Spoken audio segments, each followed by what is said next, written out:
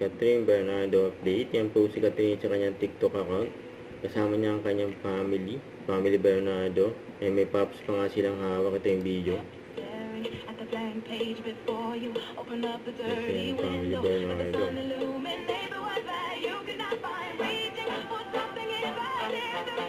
Kulit nila lalo na si Catherine, voice tumble yung pot.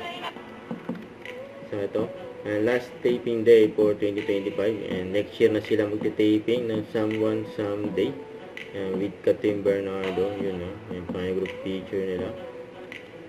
So itong ID Day ni Mami Min, kasama si Fiona.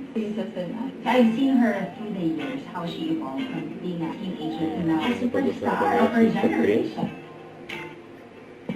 I really respect her. Like, they're so hardworking. Discipline, no? Yeah. So, grabe. Iba pala talaga ang artista. Magdodoktor na lang kami. Mas kaya pa to. It's not an easy job. And on that note, kailangan kasi maganda din. Kailangan maganda ka rin kasi si Cathy sobrang kagandahan ngayon. Kailangan naman pagkasama natin siya, maganda rin tayo. I'm gonna do ponytail for Tita Mel. She's preparing for the holidays. So, kailangan tayo for a bit with ang face. This is one sheet that we've done before. Yeah. So, we're gonna start ponytail. You do micro-injections along the hairline and on the sides of the jaw. So, it's a very nice to complement the other treatments that Tita Mel is doing. So, we just finish Tita's ponytail with Cecil. Kaya, he's ready ka na to attend the party. Happy holidays, Tita. Thank you for everything. For making us beautiful. Not only Kat and me, but also my daughter. Yes, of course. Diba?